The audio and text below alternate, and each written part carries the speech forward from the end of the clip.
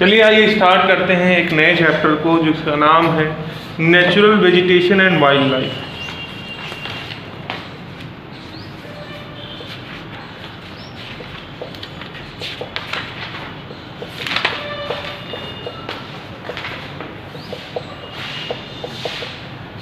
ये last chapter है geography का, क्योंकि आपके जो नए सिलेबस जो कि अनाउंस हुआ है, रिड्यूस हुए हैं चैप्टर्स, उसके अनुसार पॉपुलेशन जो है वो आ नहीं रहा है ज्योग्राफी में। तो ये आपका लास्ट चैप्टर है ज्योग्राफी का जो कि एक्सप्लेन होने जा रहा है। इसके बाद आपका ज्योग्राफी का एक तरह से पूरा पोर्शन खत्म हो गया है, एक चैप्टर ही नहीं है, मीन्स रिवीजन ही। चलिए natural vegetation and wild life. जैसा अभी तक हमारे देखिए जो आपकी ज्योग्राफी बुक है एक सिस्टमैटिक वे में, पहले इंडिया का size and location, then after उसी साइज एंड लोकेशन से हमने पता किया कि क्या कहते हैं फिजिकल फीचर्स क्या क्या हैं, फिर उन फिजिकल फीचर्स का इम्पैक्ट कैसे कैसे क्या पड़ा हुआ है, जिसके कारण किस तरह के मौसम पाए जाते हैं, किस तरह से उनका इम्पैक्ट पड़ता है रिलीफ फीचर्स का। फिर अब हमारा है कि अब अलग अलग तरह की सॉइल पाई जा रही है पूरे हमारे इंडिया में, अलग अलग तरह का जो है रेनफॉल कंडीशन, कहीं पे कम बारिश हो रही है, कहीं पे ज़्यादा बारिश हो रही है। तो अब जब ये सारी डिफरेंट चीज़ें पाई जा रही हैं तो कहीं ना कहीं हमें ये भी पता करना पड़ेगा कि डिफरेंट चीज़ें क्या है, मतलब बारिश कहीं पे कम हो रही है, कहीं पे ज़्यादा हो रही है, कहीं पे सॉइल ज़्यादा फर्टाइल है, कहीं पे ज़्यादा इनफर्टाइल है। ठीक है, तो ये पूरे इंडिया में ऐसा हाल है। ठीक है, तो अब हमें ये जानने की जरूरत है कि कैसे कैसे टाइप के प्लांट्स पाए जाते हैं किन किन रीजन्स। ठीक है, तो वेजिटेशन मतलब क्या, हम प्लांट्स की बात कर रहे हैं, वाइल्ड लाइफ मीन्स वो एनिमल्स कहाँ पे पाए जाते हैं, किन एरियाज में किस तरह के एनिमल्स पाए जाते हैं। तो इसी को हम स्टार्ट करेंगे, इसी को आज कंक्लूड करेंगे। कल के दिन आप डाउट्स जो है फाइनल डे है, आप चाहे जो भी डाउट्स हैं वो आप पूछ सकते हैं। उसके बाद मंडे से हम लोग स्टार्ट करेंगे साइंस का revision from first chapter of physics, that is motion. Okay, तो India is a vast country having different types of bioforms and is ranked as 12th mega biodiversity country in the world. The country has many plants species, flowering plants, non-flowering plant species of animals, rich varieties of fishes and in its fresh and marine water. क्या है कि जब भारत की बात करते हैं तो यहाँ पे कई वेराइटीज में क्या कहते हैं आपके क्या पाए जाते हैं, वेजिटेशंस पाए जाते हैं, कई स्पीसीज पाई जाती हैं, चाहे वो प्लांट्स की हों चाहे एनिमल्स की हों। बहुत सारे फ्लावरिंग प्लांट्स जिसमें फूल होते हैं, बहुत सारे नॉन फ्लावरिंग प्लांट्स जिसमें फूल नहीं होते हैं, बहुत प्रकार के एनिमल पाए जाते हैं। तो अगर हम बात करें तो हमारी 12th रैंक है। अगर हम डिफरेंट स्पीसीज बायोडाइवर्सिटी की बात करें भारत में तो हमारे 12वीं रैंक है, मीन्स कितने ज़्यादा बायोडाइवर्सिटीज़ हमारे पास पाए जाते हैं, अलग अलग तरह की स्पीसीजेस पाई जाती हैं कहाँ पर, भारत में, चाहे वो एनिमल्स की हो, चाहे वो प्लांट्स की हो, चाहे फिशेस की हो जो मैराइन वाटर में रहते हैं, समुद्र में रहते हैं, चाहे फ्रेश रिवर्स में रहते हैं, फ्रेश लेक्स में रहते हैं। इन सभी की बात करें तो हमारे बहुत ज़्यादा स्पीसीजेस पाई जाती है इंडिया में। क्लियर। फिर natural vegetation refer to a plant community which has grown naturally without human aids and has left undisturbed by the human for a long time. This is termed as a virgin vegetation. Virgin vegetation उन vegetation को कहते हैं जैसे कि जिनका growth हो रहा है,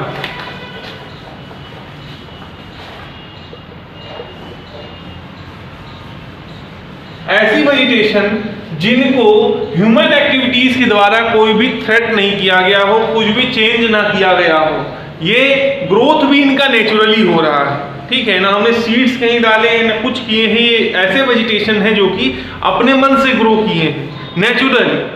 इनको हम ह्यूमन बींग्स ने ना कहीं पे इफेक्ट ह्यूमन बींग्स कोई है ना उसमें कुछ उनने इंटरफेयर किया है। ये जितने भी वेजिटेशंस हैं इनका ग्रोथ है अपने मन से हुआ है, कोई भी इंटरफेरेंस किसकी नहीं पाई गई है, ह्यूमन बींग की, इंसानों की। इंसानों ने कोई किसी भी प्रकार का इंटरफेरेंस इन पेड़ पौधों पर नहीं किया, इसीलिए उनको वर्जिन वेजिटेशंस कहा गया है। क्लियर, समझ आया।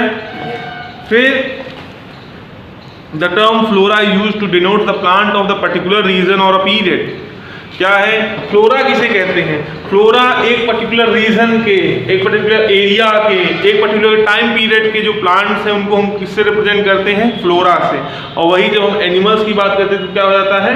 फाना। ठीक है। तो हम कहते हैं फ्लोरा एंड फना स्पीसीज को संभाल रहे हैं, हम प्रोटेक्ट कर रहे हैं। तो फ्लोरा फना मतलब ये नहीं है कि सिर्फ एक कोई स्पीसीज और प्लांट की बात कर रहे हैं, मीन्स कि हम एक ग्रुप की बात कर रहे हैं जो कि उस समय काल के हैं या उस रीजन में पाए जाते हैं, धीरे धीरे एक्सटिंक्ट हो रहे हैं, खत्म हो रहे हैं, तो उनको हम प्रोटेक्ट करते हैं। ठीक है, कोई एक प्लांट नहीं जिसका नाम फ्लोरा है, कोई एक एनिमल नहीं जिसका नाम फना है, जिसको हम प्रोटेक्ट करते हैं। ग्रुप ऑफ एनिमल्स और ग्रुप ऑफ प्लांट्स की बात करते हैं। Clear? The term flora is used to denote the plants of a particular region or period. The species of an animal are referred to as fauna. This huge diversity in flora and fauna kingdom is due to the following factors. अब जो है अलग अलग हम flora से किसको represent करते हैं? एक पर्टिकुलर टाइप या कई सारे एनिमल्स को एक पीरियड ऑफ टाइम के, एक एरिया, एक रीजन में जो पाए जाते हैं। ठीक है, कि प्लांट्स को और फना किसको रिप्रेजेंट करते हैं? एनिमल्स को। ठीक है, इसको कंफ्यूज ना होइएगा, फ्लोरा इनके प्लांट्स के लिए और फना किसके लिए? एनिमल्स के लिए। अब हम यहाँ पे ये जानेंगे, अभी तुमने जान लिया क्या है कि इनको सबको प्रोटेक्ट करना जरूरी है क्योंकि ये धीरे धीरे नष्ट हो रहे हैं या खत्म होते चले जा रहे हैं। ठीक है, अब उनकी हाइब्रिड वेराइटीज अवेलेबल आज भी है, बट ऐसा नहीं है कि वो जो प्योर फॉर्म था जो कि अपने मन से ओरिजिनेट हुआ था उस तरह का फॉर्म आज मिल पा रहा है। तो हमें ये जानना बहुत जरूरी है कि ये कैसे किन चीज़ों पर डिपेंड करते हैं कि अलग अलग टाइप के प्लांट अलग अलग रीजन में पाए जाते हैं। ठीक है, एक ही तरह के प्लांट माउंटेन हिल एरियाज में, प्लेन एरियाज में क्या सब एक ही तरह के प्लांट होते हैं? नहीं होते हैं। माउंटेन एरियाज में कोनिकल ट्रीज होते हैं। ठीक है, वो वहाँ से हैबिटेट हैं। तो क्या रीजंस हैं कि अलग अलग टाइप के प्लांट्स अलग अलग एरियाज में पाए जाते हैं? तो वो जानना जरूरी है ना। अलग अलग टाइप के प्लांट जो है, अलग अलग टाइप के एनिमल्स जो है पाए जाते हैं अलग अलग रीजन में, तो उसके पीछे कुछ ना कुछ कारण है ना। क्या कारण है तो जानने की हम कोशिश करते हैं। ये देखिए, सबसे पहला है रिलीफ। रिलीफ में मीन्स क्या? Land and water, sorry land and soil. ये दोनों कहीं ना कहीं कारण है जिसके कारण से अलग अलग तरह के प्लांट्स पाए जाते हैं, अलग अलग तरह के एनिमल्स पाए जाते हैं अलग अलग रीजन्स में। Land effect the natural vegetation directly and indirectly. Land का इफेक्ट जो है नेचुरल वेजिटेशन में या तो डायरेक्टली भी पड़ता है, इनडायरेक्टली भी पड़ता है। कैसे पड़ता है तो आइए देखते हैं।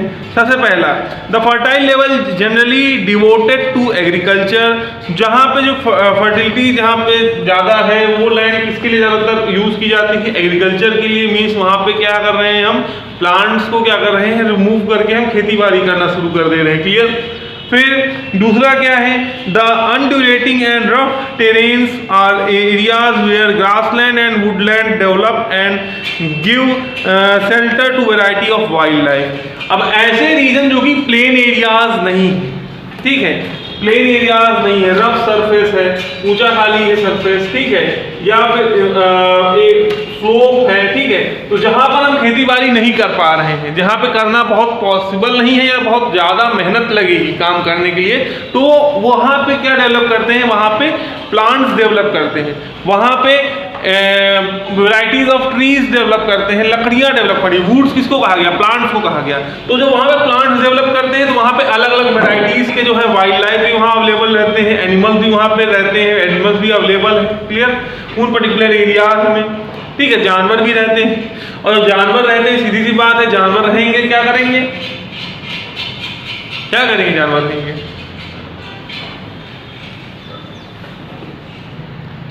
जानवर उस एरियाज में रहेंगे तो एक वाइल्ड लाइफ जो है सिक्योर हो रहा है ना उस पर्टिकुलर एरिया में, ठीक है। अगर वही भी प्लेन एरियाज में आता तो क्या होता? सीधी सी बात है, उन प्लांट्स को हम कट डाउन करते, वहां पे क्या करने लगते? खेती बाड़ी करने लगते, तो उन एनिमल्स को थ्रेट हो जाता ना शेल्टर के लिए, फूड के लिए। भाई वहां पे अब रह सकते हैं ना, अभी जहाँ पे प्लांट्स हैं, जहाँ पे जंगल पाए जा रहे हैं, वहां पे जानवर रह रहे हैं ना, वो उनके लिए होम है ना, घर है, ठीक है, वहां पर उनको फूड आसानी से अवेलेबल हो पा रहा है, सारी चीजें हो पा रही, इसलिए वहां पे रह पा रहे हैं। क्लियर? समझ में आ गया होगा आपको। फिर अब नेक्स्ट बात करते हैं, फिर soil, different type of soil provide a basis of different type of vegetation. अब अलग अलग तरह की सॉइल, अब देखिए लैंड एरियाज की हमने बात की, प्लेन लैंड एरियाज की बात की, रफ लैंड एरियाज की बात की। तो प्लेन लैंड एरियाज ज़्यादातर मोस्टली वो किसके लिए डिवोटेड रहता है? एग्रीकल्चर के लिए, वहाँ खेती बाड़ी होती है। और जो रफ सर्फेस है वहाँ पे ज़्यादातर आपको क्या मिलेंगे? फॉरेस्ट मिलेंगे। अब सॉइल भी डिपेंड करता है। क्यों? क्योंकि सब जगह की, हर एक जगह की सॉइल जो है एक ही तरह थोड़ी ना होती है। कहीं पे लेस फर्टाइल रहती है, कहीं पे मोर फर्टाइल रहती है, कहीं पे ज़्यादा मॉइस्चर होता है, कहीं पे कम मॉइस्चर होता है। तो उस पर भी डिपेंड करता है ना कि किस तरह के प्लांट्स पाए जाएंगे उस रीजन में, किस तरह के वेजिटेशन पाए जाएंगे उस रीजन में, तो इस पर भी डिपेंडेंसी रहती है। तो आइए उसको जान लेते हैं। The soil eight hill areas has conical trees. अब हिली एरियाज में जो सॉइल है वहाँ पे कोनिकल ट्रीज होते हैं। क्यों होते हैं? इसके कारण आप बखूबी जानते हैं, बर्फबारी होती है, ठीक है, जिसके कारण से अगर सीधी सी बात है वहाँ पे कोनिकल ट्रीज नहीं होंगे तो वो सस्टेन नहीं कर पाएंगे, सब टूट जाएंगे या तो गिर जाएंगे, ठीक है। इसीलिए उसके हिसाब से हैबिटेट है। क्लियर वहाँ पे? समझ में आया? फिर the sandy soil of the desert support cactus, thorny scrub, wild wet, marshy, tactile soils.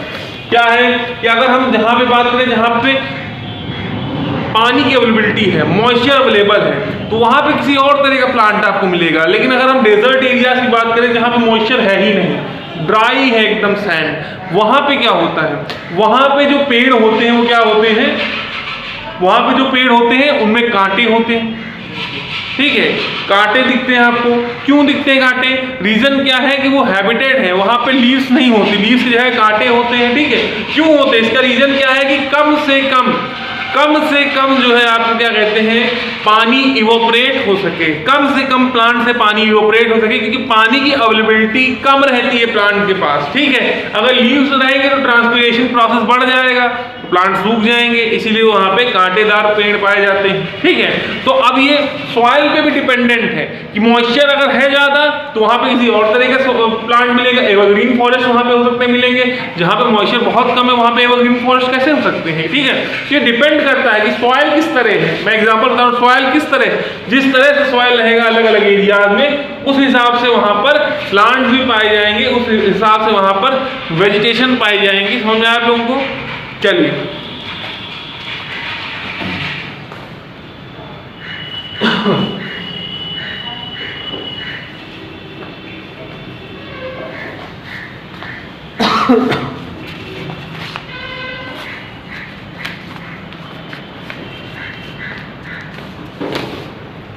अब बात करते हैं क्लाइमेट की। भाई क्लाइमेट ये भी एक कारण है, कैसे प्लांट्स पाए जाएंगे। जब भाई जहाँ पे जिस तरह के प्लांट्स पाए जाएंगे तो उस तरह की स्पीसीज ज़्यादा पाई जाएगी, सीधी बात है, उसी तरह का वेजिटेशन वहाँ मिलेगा। तो अब ये क्लाइमेट पे डिपेंड करता है। क्लाइमेट में मेन क्या है? टेम्परेचर। क्या है? टेम्परेचर। साथ ही साथ क्या है? रेनफॉल। क्लाइमेट में ही तो आता है रेनफॉल, जिसे आप कहते हो प्रेसिपिटेशन। और तीसरा है फोटो पीरियड। फोटो पीरियड मतलब समझ गए क्या है? सनलाइट।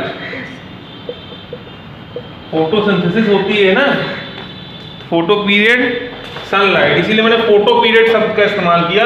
क्यों? क्योंकि आपको कई बार अगर ये वर्ड दे दिया गया व्हाट इज फोटो पीरियड, तो आप वहीं पे कंफ्यूज हो जाओगे, पूरा वहीं पे सब चौपट हो गया पूरा पढ़ने का, इसलिए इसका वर्ड का इस्तेमाल किया। कई सारे ऐसे वर्ड हैं जो कि आप डेली इस्तेमाल नहीं कर रहे हो, बट वो क्वेश्चंस में आ जाते हैं आपको घुमाने के लिए, कि आपको लगे ये नया नया सा है, आपको तो पता पढ़े ही नहीं थे कभी, ठीक है। तो फोटो पीरियड यहाँ पे सनलाइट की बात की जाए। Temperature, the character and extent of vegetation are mainly determined by the temperature along with the humidity, air, precipitation and soil.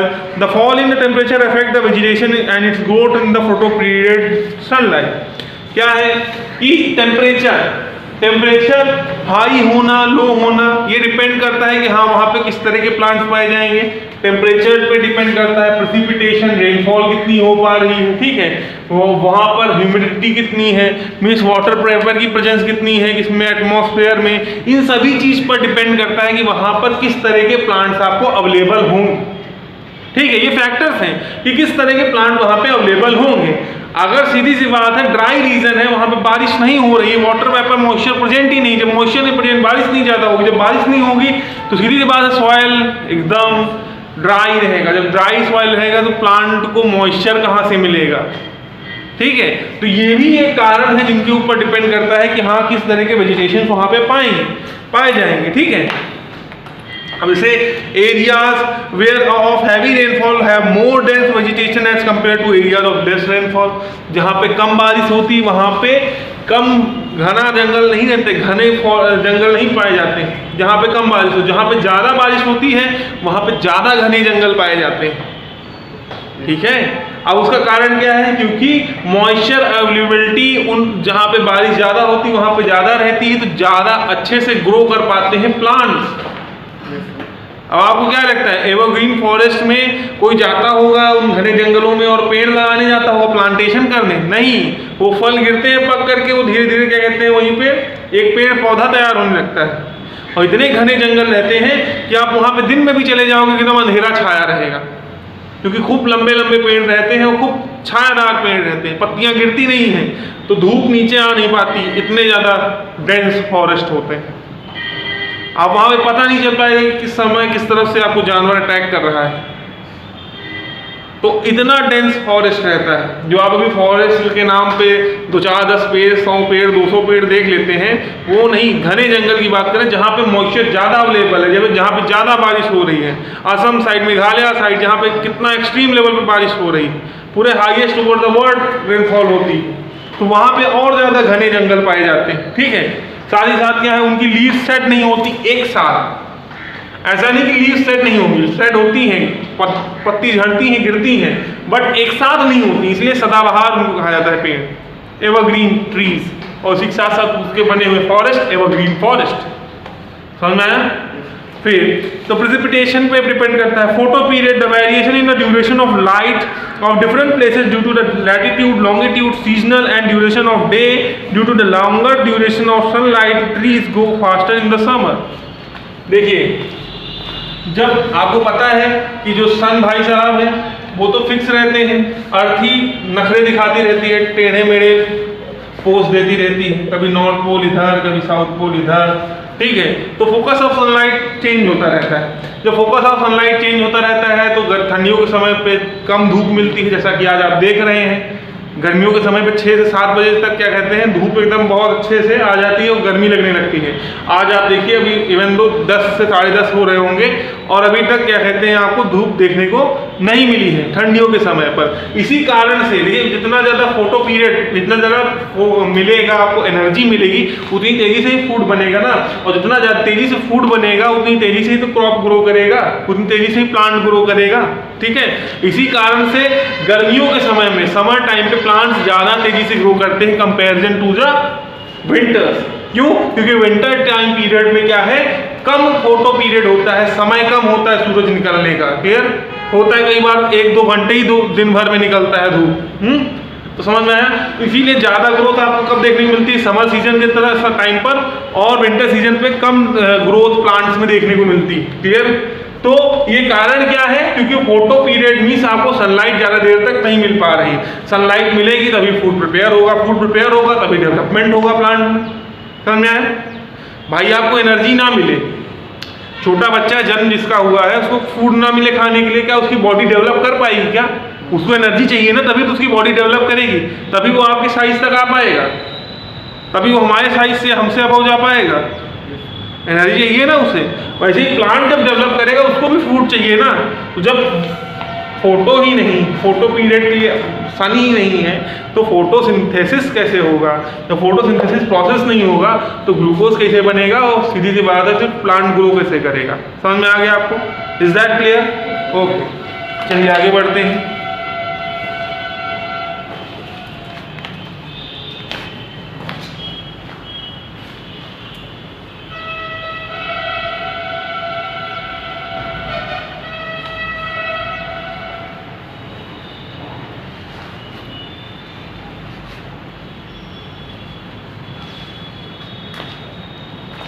चलिए अब आगे बढ़ते हैं। तो हम आगे पढ़ने जा रहे हैं type of vegetation. Type of vegetation means किस तरह के फॉरेस्ट पाए जाते हैं, जैसे tropical evergreen forest, tropical deciduous forest, tropical thorn forest and thorn and scrub forest. ठीक है। Mountain forest and mangrove forest, ये कई सारे हैं, अलग अलग कैटेगरी के फॉरेस्ट हैं जिनके बारे में हम ब्रीफली अभी डिस्कस करेंगे। ठीक है, ब्रीफली डिस्कस करेंगे कहाँ ये पाए जाते हैं। आप मैप्स में इनको ऑप्ट कर लीजिएगा। हम इसमें सिर्फ ये समझेंगे कि हाँ ये कैसे फॉरेस्ट हैं, क्या क्या तरीके, किस तरह के प्लांट पाए जाते हैं और कहाँ पे सिचुएटेड है, नाम हम बता देंगे। आप जाके इनको मैप्स में चेकआउट करिएगा। अगर नहीं समझ में आता है तो आप कल पूछिएगा। ठीक है, चलिए देखते हैं। These forests are present in the tropical evergreen forest. These forests are present in the Western Ghats and island group of Lakshadweep and Andaman Nicobar, upper part of Assam and Tamil Nadu coast. Western part में पाए जाते हैं। Western part में आपका rainfall ज़्यादा होता है। Assam side आपको पता ही ज़्यादा बारिश होती है। ठीक है, विंटर के टाइम पीरियड में तमिलनाडु साइड ज़्यादा बारिश होती है। तो जहाँ ज़्यादा बारिश होती है, जहाँ एनुअल प्रेसिपिटेशन ज़्यादा होता है, ग्रेटर होता है, ग्रेटर एनुअल प्रेसिपिटेशन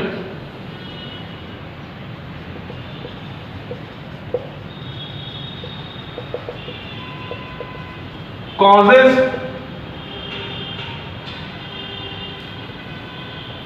इसी का कारण होता है, क्या होता है, एवरग्रीन फॉरेस्ट।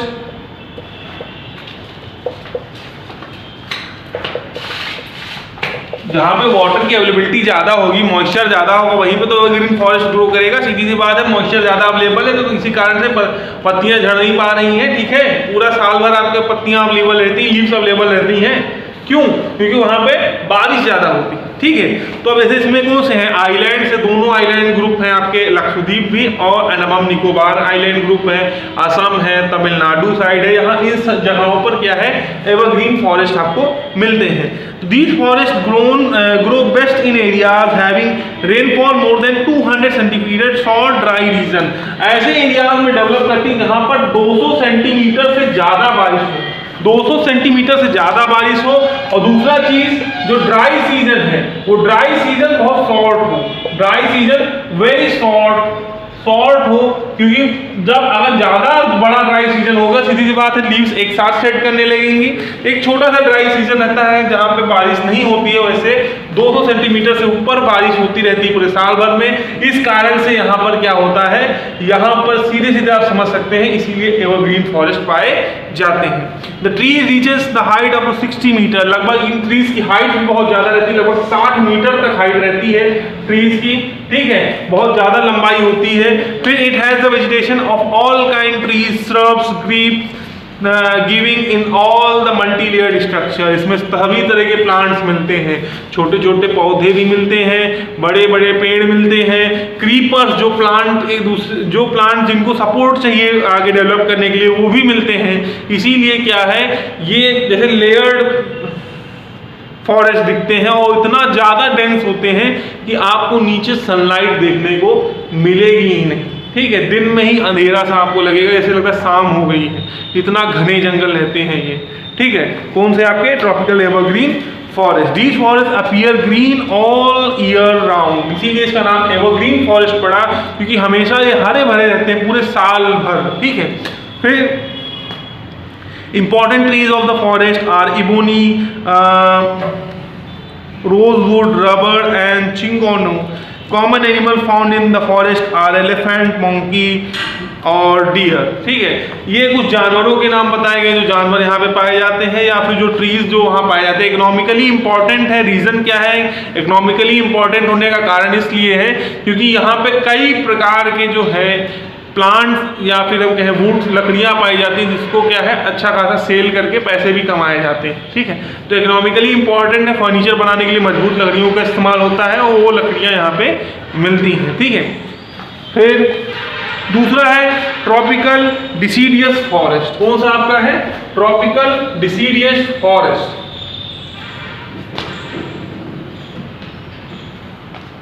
अब ट्रॉपिकल डिसीडियस फॉरेस्ट की बात करें, these forest are also called monsoon forest, इनको भी मॉनसून फॉरेस्ट के नाम से भी जानते हैं। ठीक है, they spread over the region having rainfall 200 to 70 centimetre. जहाँ पे बारिश लगभग 200 से लेकर के 70 सेंटीमीटर तक बारिश हो रही हो, उन एरियाज में ये क्या पाए जाते हैं, ये फॉरेस्ट पाया जाता है। जहाँ पे 200 सेंटीमीटर से ऊपर बारिश हो रही है वो कौन सा हो गया, ट्रॉपिकल एवरग्रीन फॉरेस्ट। जहाँ पे 200 से लेके 70, ये पीछे की तरफ जा रहे हैं, आगे की तरफ नहीं, मीटर नहीं सेंटीमीटर, ठीक है। तो यहाँ हम कह सकते हैं 70 सेंटीमीटर से 200 सेंटीमीटर तक जहाँ तक बारिश होती है वो कौन से कहलाते हैं, मानसून फॉरेस्ट कहलाते हैं, ठीक है। अब इनकी बात करते हैं। They spread there leaves have 6 to 8 weeks in the dry summer। क्या है, 6 से 8 हफ्ते का यहाँ पे गर्मी होती है अच्छी खासी, और इनकी पत्तियां हैं चौड़ी होती हैं, ठीक है, जिससे मैक्सिमम अमाउंट ऑफ एनर्जी कहाँ से, सन से ये गेन कर सकें और ज़्यादा से ज़्यादा वाटर ट्रांसपिरेशन हो सके, क्लियर, इस कारण से।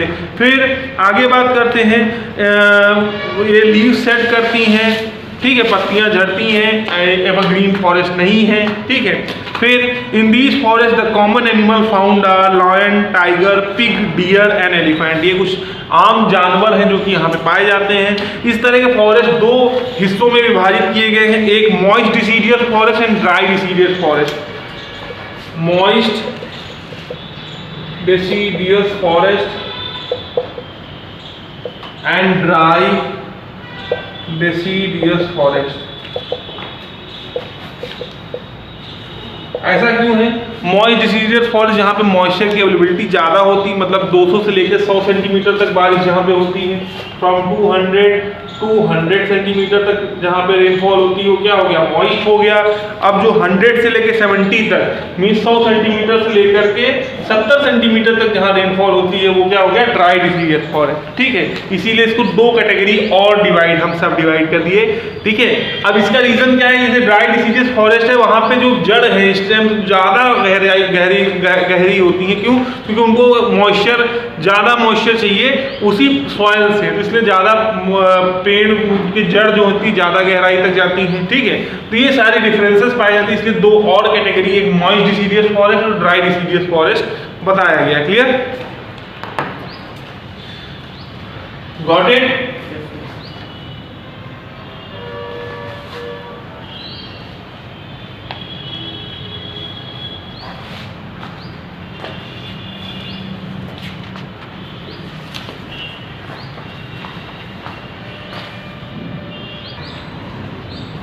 चलिए आगे बढ़ते हैं। The thorny forest and scrub. The natural vegetation consists of thorny forest and bushes. These types of vegetation is found in the northern western part of the country, including the semi-arid areas Gujarat, Rajasthan, Madhya Pradesh, Chhattisgarh, Uttar Pradesh और हरियाणा। यहाँ पे बारिश बहुत कम होती, ठीक है। Monsoon rainfall में लगभग 100 सेंटीमीटर, 70 सेंटीमीटर से अब सेंटीमीटर से कम जहाँ बारिश हो रही है वहाँ पे क्या है, थॉर्नी फॉरेस्ट या फिर स्क्रब फॉरेस्ट पाए जाते हैं, जहाँ पे बारिश अक्सर कम होती है।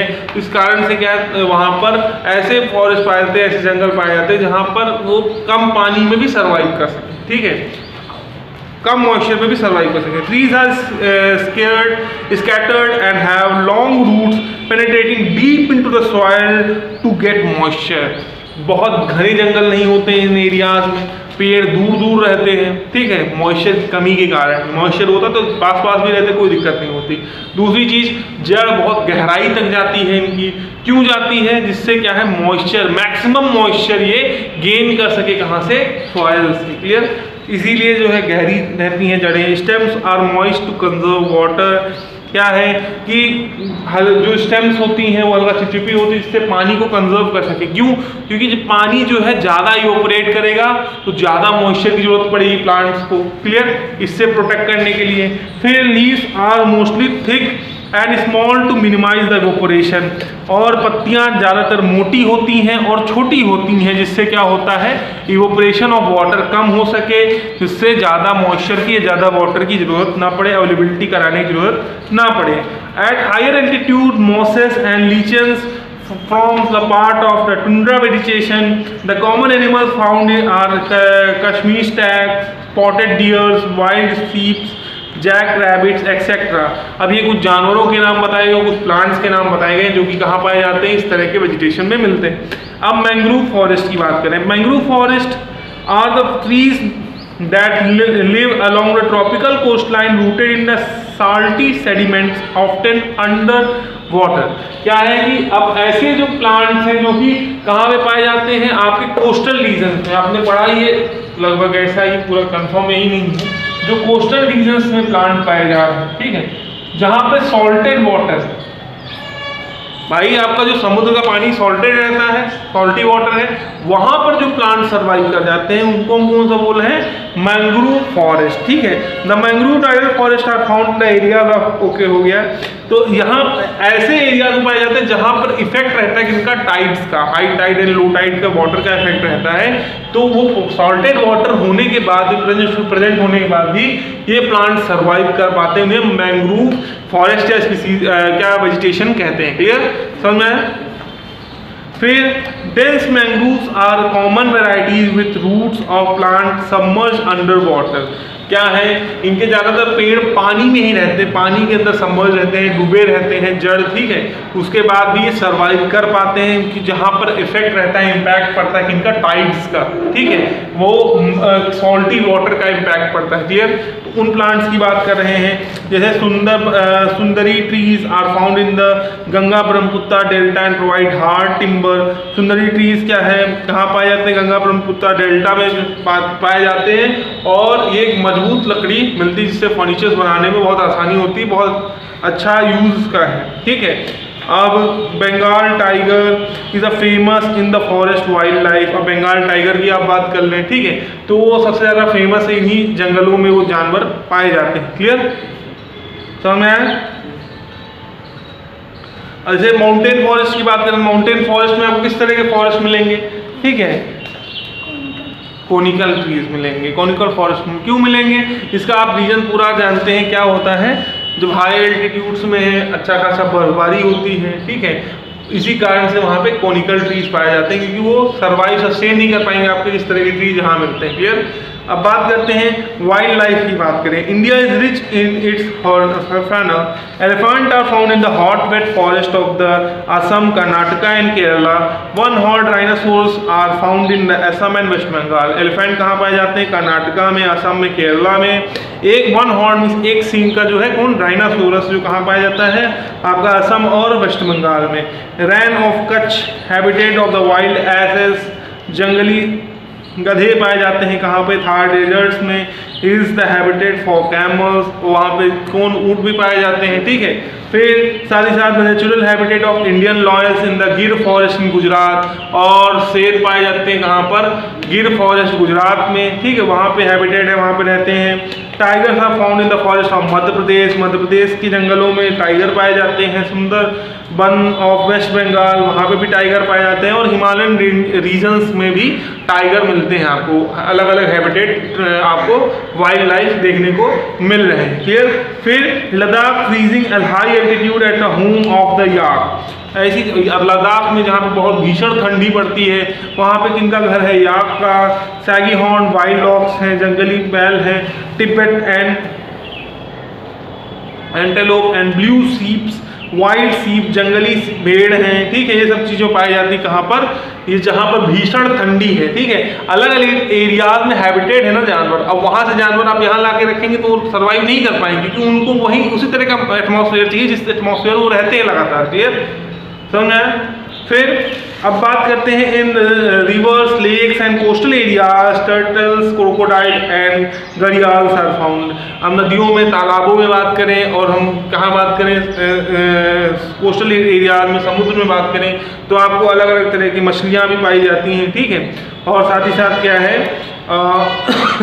क्रोकोडाइल पाए जाते हैं, सब चीज़ें पाते हैं। Peacocks, pheasant, ducks, parakeets and cranes are also find in the habitat of the forest and wetland of the countries. और इस तरह के जो पंछियाँ हैं भी पाए जाते हैं। ऐसा नहीं, हमारे यहाँ हर एक तरह की चीज़, जानवर भी पाए जाते हैं, वाइल्ड लाइफ एनिमल्स जो हैं, फिर मैराइन वाटर में जो रहने वाले एनिमल्स हैं वो, फिर जो बर्ड्स हैं, ये अलग अलग तरह की स्पीसीज यहाँ पर पाई जाती हैं। अब इफेक्ट क्या है, दिक्कत क्यों है, फ्लोरा और फना खत्म क्यों होने वाला है, क्यों नष्ट हो रहे हैं फ्लोरा और फना, ठीक है, उनको बचाने की जरूरत हमें क्यों पड़ गई, हम क्यों उनको प्रोटेक्ट करते हैं, इम्पैक्ट क्या है, दिक्कत क्यों आ रही, ठीक है।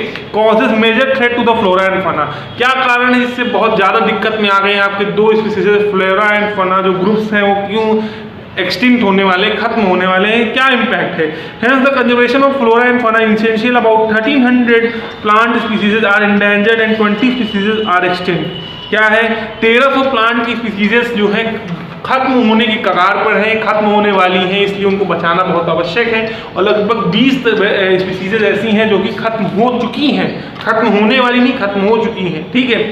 फिर क्या कहते हैं, the main causes of these major threats to the nature are, क्यों क्या कहते हैं, इस दिक्कत क्यों आ रही है, खत्म क्यों होने वाले हैं। पहला, हंटिंग फॉर कॉमर्शियल पर्पज, जैसे हाथी के दांत बेचे जाते हैं, हाथी के दांत का डेकोरेशन किया जाता है, ठीक है, खाल बेची जाती है शेर की, जानवरों की, ठीक है। तो ये सारी चीज़ जो है कॉमर्शियल यूज़ के लिए जो हम क्या करते हैं, हम जानवरों को मार रहे हैं, जिससे हम क्या कर सके, इकोनॉमिकली हम फायदा कमा सकें। तो ये जो है अनऑथराइज है, बट आज भी चोरियाँ होती हैं, लकड़ियों की चोरी होती है, क्लियर, अलग अलग एरियाज से। इस कारण से फ्लोरा एंड फौना एक्सटिंक्ट हो रहे हैं, खत्म हो रहे हैं, पहली चीज। दूसरा चीज, pollute due to the chemical and industrial waste, chemical और इंडस्ट्रियल वेस्ट जो नदियों में छोड़े जा रहे हैं, जिसके कारण जो है प्लांट पे इम्पैक्ट देखने को मिल रहा है। साथ ही साथ वो एनिमल जो आप देखिए एक सी शोर में जहाँ पे पेट्रोलियम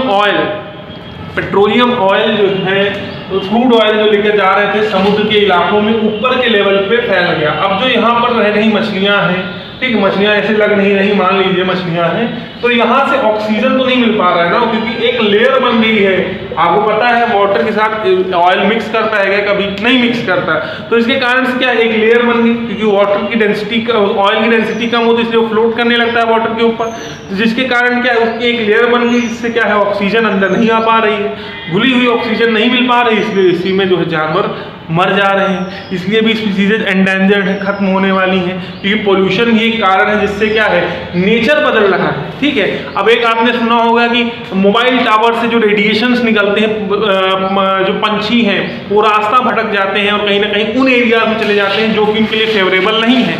ये भी एक कारण है जिससे क्या कहते हैं आपके क्या गायब हो रहे हैं, कई सारी स्पीसीज विलुप्त हो रहे हैं, ठीक है। फिर उसके बाद पोल्यूशन जो हम कर रहे हैं, जैसे टेम्परेचर बढ़ जा रहा है, ठंडी कम पड़ रही है, गर्मी कम पड़ रही है, ठीक है। तो मौसम में जो अचानक से बदलाव आ रहे हैं, उनको भी सर्वाइव सस्टेन नहीं कर पा रहे, उनको कोई मफलर और जैकेट थोड़ी ना गिफ्ट करता है जानवरों की कि हाँ पहन लें, क्लियर। तो वो सारी चीज़ों से क्या है, कई सारी स्पीसीज एक्सटिंक्ट हो गई हैं या होने वाली, क्लियर, समझ में आया आपको जी।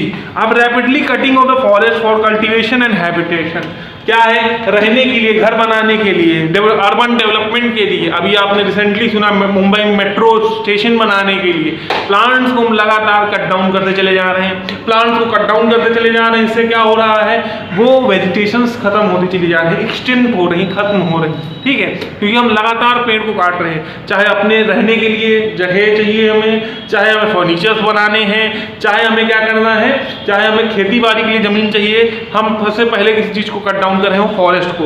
और कहीं ना कहीं फॉरेस्ट फायर जो कि नेचुरली आग लग जाती है, जिनके कारण कई सारे जंगल तबाह हो जा रहे हैं। आजकल आप न्यूज़ में देखते होंगे, अमेरिका में जंगलों में आग लगी है, अमेज़न के जंगलों में आग लगी, कई जगहों पे जंगलों में आग लगी। इवन तो भारत में भी आपने सुना कि जंगलों में आग लगी, जिनको रोकना बहुत ही इम्पॉसिबल सा हो जाता है, क्योंकि एकदम ड्राई प्लांट्स रहते हैं, जो घास रहती है, जिसके कारण बहुत तेजी से ऑस्ट्रेलिया के जंगलों की आपकी फोटोज आपने देखा कि एकदम जानवर झुलस गए थे उसी आग में। तो इस कारण से भी जो है नेचुरल वेजिटेशन एक्सटिंक्ट हो रहे हैं, खत्म हो रहे हैं, नष्ट होने की कगार पर है। अब government initiative to protect the flora and fauna, अब ऐसा नहीं कि गवर्नमेंट कुछ कर नहीं रही, गवर्नमेंट सो रही है। गवर्नमेंट ने कई सारे काम किए हैं जिससे क्या करे, फ्लोरा एंड फौना स्पीसीज को बचा सके। क्यों? क्योंकि जैसा कि आज हम डायनासोर्स के बारे में पढ़ते हैं, आगे चल के जो जनरेशंस रहेंगी वो सुनाएंगे हाँ टाइगर हुआ करते थे, क्योंकि वो देख नहीं सकते, क्योंकि धीरे धीरे क्या है वो स्पीसीज एक्सटिंक्ट होने, खत्म हो रही। हम आज जो है जो जंगली जानवर जो है लोगों के घरों पे अटैक क्यों कर रहे हैं? क्योंकि उनके घर आपने छीन लिए, उनके घर आपने छीन लिए हैं, उनके पास घर नहीं है तो वो आपके घर पे अटैक कर रहे हैं। पहले वो इतना ज़्यादा अटैक नहीं करते थे, इतना ज़्यादा आपको मिलता नहीं था, आप जंगलों में जाके शिकार किया जाता था, ठीक है। तो अब ज़्यादा क्यों हो रहा है, धीरे धीरे बढ़ क्यों रहे हैं? वो जंगली जानवर हमें रिहायशी इलाकों में क्यों दिखाई पड़ते हैं? क्योंकि हमने जंगल तो नष्ट ही कर दिए ना, अब जगह हर जगह हमने रिहायशी इलाके बता दिए, लोग रहने लगे हैं यहाँ देखें, ठीक है। हम अपने लालच के लिए, अपने रहने के लिए, हमको जगह कम पड़ रही थी, हमने इसलिए फॉरेस्ट को खत्म करते चले जा रहे हैं। तो सीधी सी बात है, वो जानवर कहाँ जाएंगे? शहरों की तरफ ही बढ़ेंगे। क्लियर? तो अब 18 बायोस्फीयर रिजर्व, इसीलिए बचाने के लिए फ्लोरा फना को 18 बायोस्फीयर रिजर्व बनाए गए India to protect flora and fauna, flora fauna को बचाने के लिए। 10 out of these included the world network of biosphere, इसमें 10 ऐसे हैं जो कि विश्व स्तर के बायोस्फीयर बनाए गए, जिससे क्या है फ्लोरा और फना स्पीसीज को बचाया जा सके, नष्ट ना होने पाए, खत्म ना होने पाए, एक्सटिंक्ट ना होने पाए। दूसरा, financial and technical assistant had provided to the many botanical gardens of by the government since 1922, 1922 से ही कई पैसे भी दिए जाते हैं गार्डन्स को, जहां पर जानवरों को स्पीसीज को बचाया जा रहा है, जिससे पैसों की मदद से, टेक्निकल सपोर्ट की मदद से उन पेड़ों को बचाया जा सके और साथ ही साथ उन जानवरों को बचाया भी जा सके और उनको बढ़ाया भी जा सके, जिससे उनका नंबर बढ़ सके। जिससे क्या है, अब भाई सीधी सी बात है, एक लॉयन है जिसकी उम्र एक लाइफ स्पैन है 60 ईयर्स का, अब वो जिंदगी भर थोड़ी नहीं इतना प्रोटेक्ट करके रखो, 60 ईयर के बाद उसकी डेथ तो होनी है ना, वो अमर थोड़ी ना हो जाएगा। तो अगर उनका जो जनरेशन है वो नहीं बढ़ेगा, सीधी बात है वो अवेलेबल नहीं रहेंगे। तो इसलिए टेक्निकल मदद भी ली जाती है, सपोर्ट लिया जाता है, फाइनेंशियल सपोर्ट भी गवर्नमेंट करती है। Project tiger, project rhino, project Indian bustard and many of the eco development projects हैं इंट्रोड्यूस, कई सारे नारे दिए गए, कई सारे प्रोडक्ट इंट्रोड्यूस किए गए, जिससे क्या है अलग अलग जानवरों को बचाया जा सके, कंजर्व किया जा सके। 103 नेशनल पार्क, 103 नेशनल पार्क है, 535 वाइल्ड लाइफ सेंचुरीज हैं, जूलॉजीज गार्डन्स हैं, ये सभी बनाए गए, जिससे क्या है नेशनल हेरिटेज मीन्स हमारा जो फ्लोरा एंड फना स्पीसीज है उनको बचाया जा सके। ठीक है, आपका यही जो चैप्टर है यहीं पे कंक्लूड होता है, खत्म होता है, natural vegetation and wild life. इस short explanation of this chapter आपको जाके रीड आउट करना है। जहाँ कहीं पे आपको डाउट्स लगता है, कोई प्रॉब्लम आते हैं, आप लोग पूछ सकते हैं। बाकी लोग जो वीडियोस देख रहे हैं वो व्हाट्सएप पे पूछ सकते हैं, जिनको हमारी डिटेल्स नहीं पता है वो अबाउट पेज पे जाके चेकआउट कर सकते हैं। Thank you very much, good bye.